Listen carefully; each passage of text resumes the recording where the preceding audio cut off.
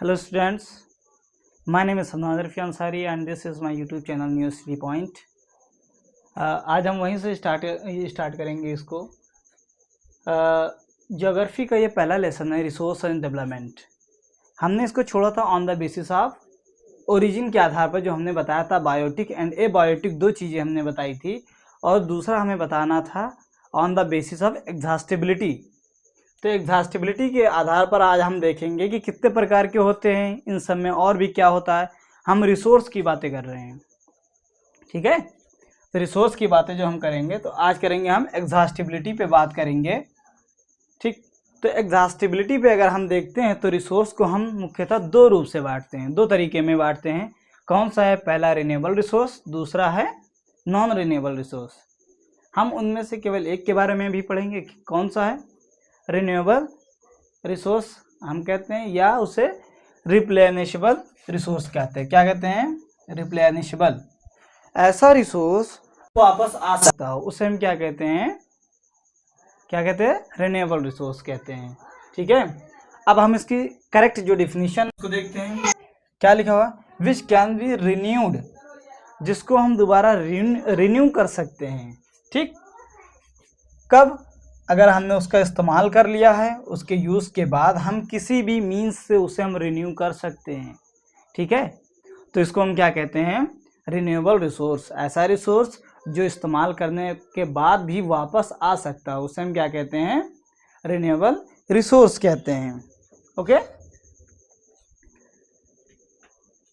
किसी भी मीन्स, चाहे वो फिजिकल मीन्स हो, चाहे केमिकल मीन्स हो, या मैकेनिकल मीन्स हो, उसी के ज़रिए से हम इसको वापस लेकर आएंगे।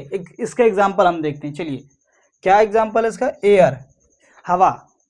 हवा को आप चाहे जितना इस्तेमाल करें, चाहे जितना इस्तेमाल करें, क्या होगा? वापस हम उसको ले ही आएंगे, या वापस वो हमेशा बनती रहेगी। वाटर, वाटर ये एक रिचार्जेबल है। क्या है? क्या है? रिन्यूएबल रिसोर्स है वाटर, ठीक। हमेशा हमें अक्सर बताया जाता है ये चीज़ें कि वाटर को बचाना चाहिए, हाँ, कंजर्व करना चाहिए, क्योंकि वो एक स्टेट से दूसरे स्टेट में बदल सकता है, लेकिन ये कभी ख़त्म नहीं होगा। वाटर कभी ख़त्म नहीं होगा। हाँ, ये बात अलग है कि एक जगह से दूसरी जगह पे शिफ्ट हो जाएगा। जैसे कि राजस्थान का इलाका देख रहे हैं, अगर हमने वहाँ पे इस वाटर मैनेजमेंट को अपनाया नहीं, तो वहाँ पे लोगों की अभी भी प्यास से भी मृत्यु हो रही है, फिर भी उसके बाद भी और भी ज़्यादा होने लगेगी। फॉरेस्ट हुआ, वाइल्ड लाइफ हुआ, सोलर एनर्जी हुआ, एट्सेट्रा, इन सब को हम क्या कहते हैं? Renewable resource, okay, understand. जो इसमें फॉरेस्ट है और वाइल्ड लाइफ है, ठीक, इन दोनों में थोड़ा सा मतलब इम्पोर्टेंट पॉइंट है। क्या इम्पोर्टेंट पॉइंट है? कि जो जंगल है, जंगल भी एक रिन्यूएबल रिसोर्स है। जंगल क्या है? रिन्यूएबल रिसोर्स है। और वाइल्ड लाइफ भी एक रिन्यूएबल रिसोर्स है। जंगल को हम दोबारा पुनः निर्मित कर सकते हैं, निर्माण नहीं कह सकते हम उसे, दोबारा हम उसे जंगल बना सकते हैं, लेकिन उसमें रह रही डाइवर्सिटी को, जो प्लांट की डाइवर्सिटी है, इतनी सारी डिफरेंट डाइवर्सिटीज़ है, उसको हम वापस कभी नहीं ला सकते, किसी भी मीन्स से नहीं ला सकते। क्या लिखा हो यहाँ पे? Human can not create variety and diversity found in the nature. Human किसी भी मीन्स से, किसी भी, क्या कहते हैं, किसी भी चीज़ के ज़रिए से वो डाइवर्सिटी को और वैरायटी को क्रिएट नहीं कर सकता, ठीक। क्लियर होगी ये बात? ठीक है। दूसरा आता है, एक चीज़ इसमें और है रिन्यूएबल रिसोर्स में। क्या है? एक लिख देता हूँ मैं यहाँ पे, सॉरी उधर दिखाई नहीं देगा। रिन्यूएबल रिसोर्स में आता है कॉन्टिन्यूअस।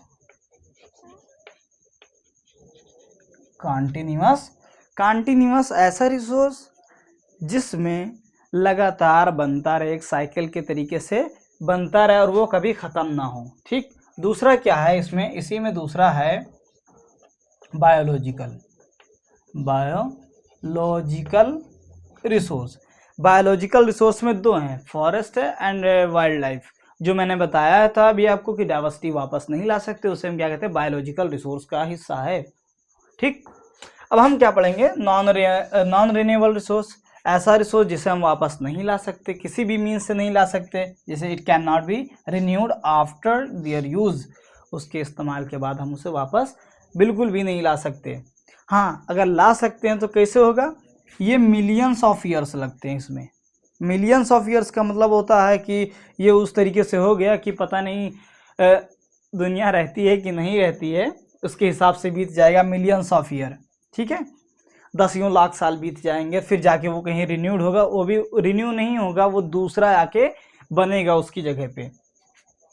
इसमें कौन सा आता है, मिनरल्स।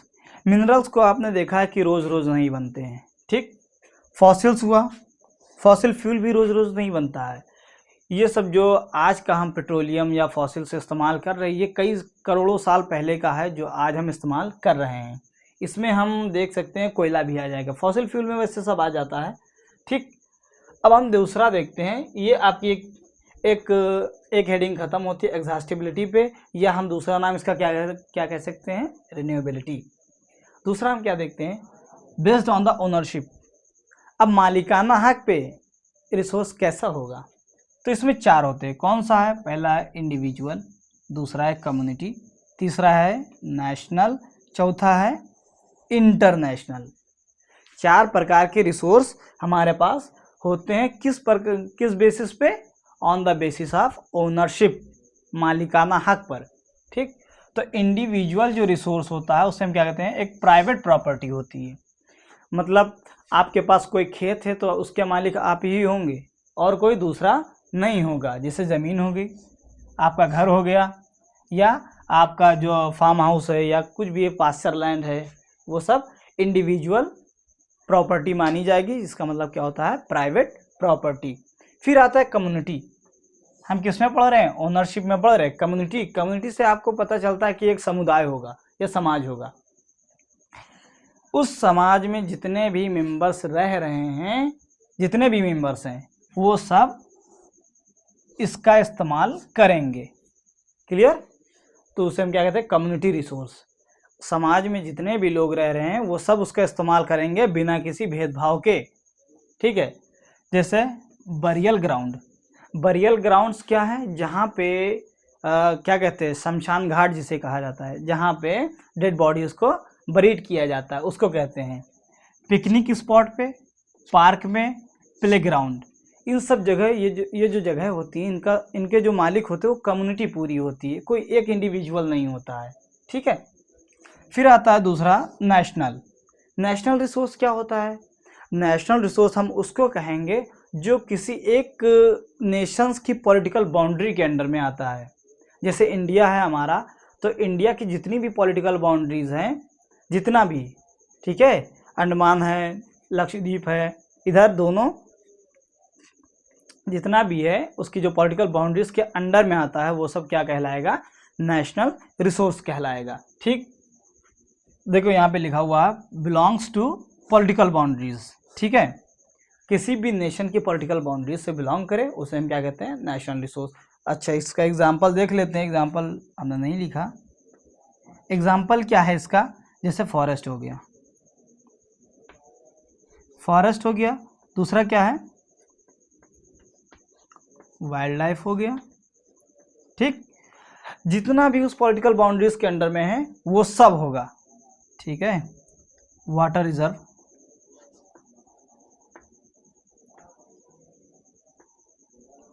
Water reserve. ठीक है, इन सबको हम क्या कहते हैं, नेशनल रिसोर्स कहते हैं। अब आता है इंटरनेशनल रिसोर्स। इंटरनेशनल रिसोर्स जिसे आपको नाम से ही पता चलता है कि जिसे कोई एक कंट्री इसका मालिक नहीं होती, एक भी कंट्री इसकी, मतलब कोई इंडिविजुअल इसका कोई ओनरशिप नहीं होती है। क्या होता है, बिना किसी कंकरेंस के, मतलब सबके साथ में बिना बात किए कोई इंडिविजुअल इसका इस्तेमाल नहीं कर सकता। क्या है, जो ओशियन आपको दिखाई देता है, ओशियानिक रिसोर्स, क्योंकि पॉलिटिकल बाउंड्री के बाद ओशियन ही सबका स्टार्ट होता है, तो जो ओशियानिक दिखाई देता है 200 माइल्स के बाद, लगभग 300 किलोमीटर, 300 किलोमीटर का जो इकोनॉमिक एक्सक्लूसिव इकोनॉमिक जोन है, उसके बाद का इलाका इंटरनेशनल में जोड़ा जाता है। किसी भी कंट्रीज को, जैसे ये हमारा इंडिया हो गया, ठीक है, जैसे ये इंडिया हमारा हो गया, तो यहाँ से लेकर ठीक यहाँ पे ये क्या है, मान लीजिए ये है 300 किलोमीटर। 300 किलोमीटर, जो 300 किलोमीटर इसको हम माइल्स में कर देते हैं, माइल्स में करेंगे तो 300 ही आएगा।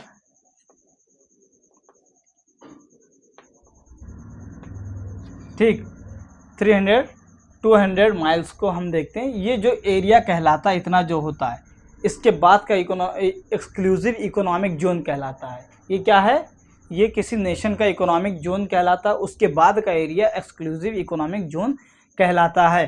ठीक है, अब इस एरिया में कोई भी रिसोर्स होगा तो सबकी सहमति के साथ में उसे यूज़ किया जाएगा। ठीक है, किसी एक लोग का इस एक कंट्री का या 2 कंट्रीज़ का इसके ऊपर अधिकार नहीं होता, पूरी सारी कंट्रीज़ का अधिकार इसके ऊपर होता है। कोई भी इसका इस्तेमाल कर सकता है, लेकिन बिना किसी कंकरेंस के वो इस्तेमाल नहीं कर सकता। अब हम दूसरी हेडिंग पढ़ेंगे, बेस्ड ऑन डेवलपमेंट। ठीक है, बेस्ड ऑन डेवलपमेंट पे कौन सी हेडिंग है अभी हम देखेंगे।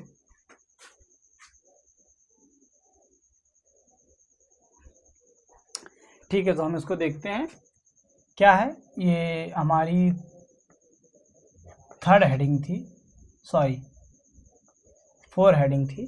क्या है, ऑन द बेसिस ऑफ, किस पे,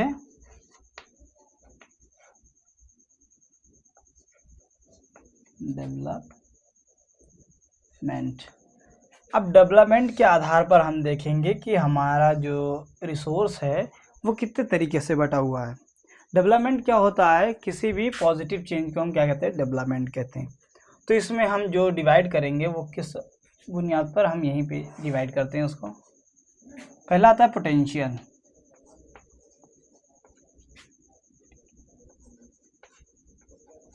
पोटेंशियल रिसोर्स, ठीक। दूसरा है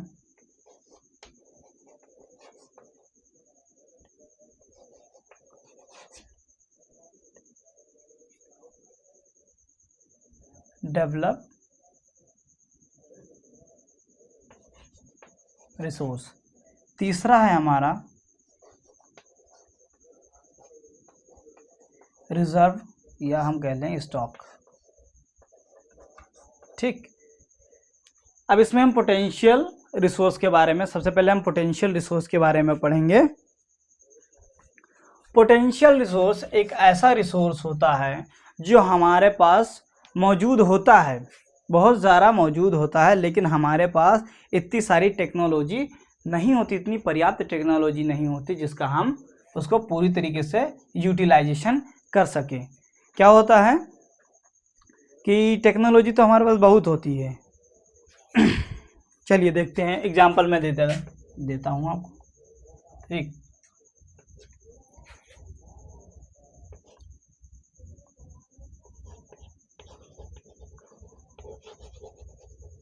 abundance in nature, in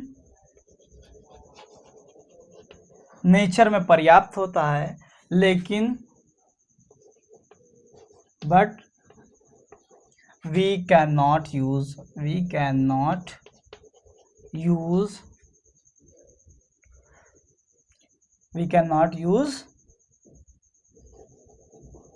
due to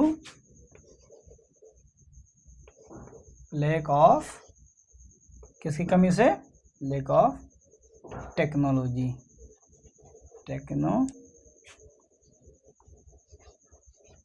technology मतलब पोटेंशियल रिसोर्स हमारे पास बहुत सारा होता है और हम उसका इस्तेमाल करते भी हैं, लेकिन पूरी तरीके से इस्तेमाल नहीं कर सकते क्योंकि हमारे पास टेक्नोलॉजिया नहीं होता, हमारे पास टेक्नोलॉजी इसके लिए कम होती है।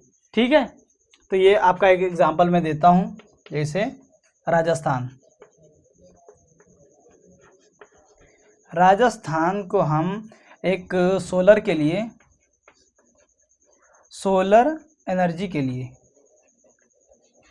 एनर्जी के लिए हम क्या कर सकते हैं, इस्तेमाल कर सकते हैं। पूरा का पूरा सोलर एनर्जी हम राजस्थान से जनरेट कर सकते हैं। ठीक, लेकिन हमारे पास इतना बजट या कह लीजिए इतनी टेक्नोलॉजी नहीं है कि हम पूरे राजस्थान पर अपना सोलर एनर्जी का विस्तार कर सकें। ठीक है, और उसी तरफ और असम ले लीजिए। असम की तरफ क्या है, हमारे असम में वाटर रिसोर्स क्या है, वाटर रिसोर्स बहुत ज़्यादा है। हम चाहें तो इसको हाइड्रो इलेक्ट्रिक पावर प्लांट में हम इसका इस्तेमाल कर सकते हैं और हर जगह पे लगभग इस्तेमाल ही कर सकते हैं। रिसोर्स हमारे पोटेंशियल में है, बहुत ज़्यादा है, लेकिन हम पूरी तरीके से इसका इस्तेमाल कर ही नहीं पा रहे हैं। दूसरी तरफ अब आ जाते हैं डेवलप्ड रिसोर्स पे। हम यहाँ पे पढ़ते हैं डेवलप्ड रिसोर्स क्या है, डेवलप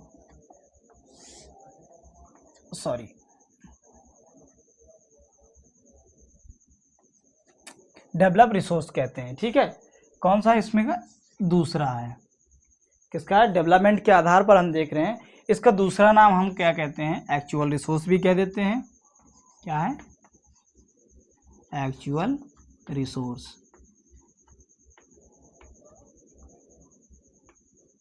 एक्चुअल रिसोर्स कहते हैं। एक्चुअल से आपका नाम पता चल गया होगा कि जो वास्तविक रिसोर्स है, मतलब हमारे पास रिसोर्स मौजूद भी है, हमें उसकी सारी क्वांटिटी भी पता है, कितना हम इस्तेमाल करेंगे ये भी मालूम है, कब तक ख़त्म होगा ये भी मालूम है। तो इसको हम क्या कहते हैं, एक्चुअल रिसोर्स, जो हमें पता हो। क्या है, found in nature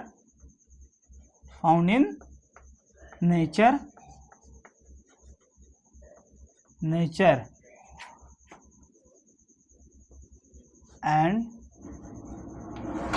used,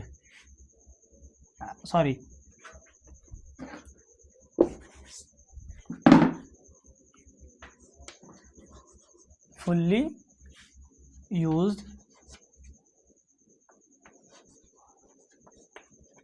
due to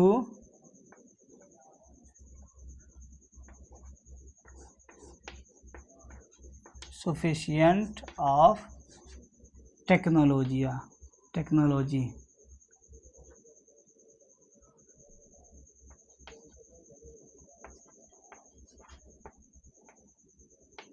टेक्नोलॉजिया लिखने लगा मैं, टेक्नोलॉजी। ठीक है, तो रिजर्व मैं इसको लिखता नहीं, रिजर्व और स्टॉक्स को मैं लिखूंगा नहीं, पहले इसको मैंने बताया उसको देख लीजिए। कह रहे नेचर में पाया जाता पूरी तरीके से, और इस्तेमाल करने के लिए हमारे पास इसके लिए टेक्नोलॉजी भी है, तो इसको हम एक्चुअल रिसोर्स कहते हैं, जो वास्तविक रिसोर्स होता है। तीसरा है आपका रिजर्व या स्टॉक, ऐसा स्टॉक जो हमारे पास मौजूद है, हमारे पास टेक्नोलॉजी भी है, लेकिन हमने उसे बचा के रखा हुआ है ताकि हम इसे फ्यूचर में इस्तेमाल करेंगे, उसे हम क्या कहते हैं, रिजर्व कहते हैं। स्टॉक एक ही चीज़ होता है जो हम ढेर सारा लगा के रखते हैं कि बाद में हम इसका इस्तेमाल करेंगे। तो आज आपकी क्लास यहाँ पे ख़त्म होती है। ठीक है, और हमारे चैनल को लाइक और सब्सक्राइब करिए, जो भी कमेंट आता है वो आप करिए हमें। ठीक है, ताकि हम आपको इससे अच्छा कंटेंट दे सकें। ठीक, ओके।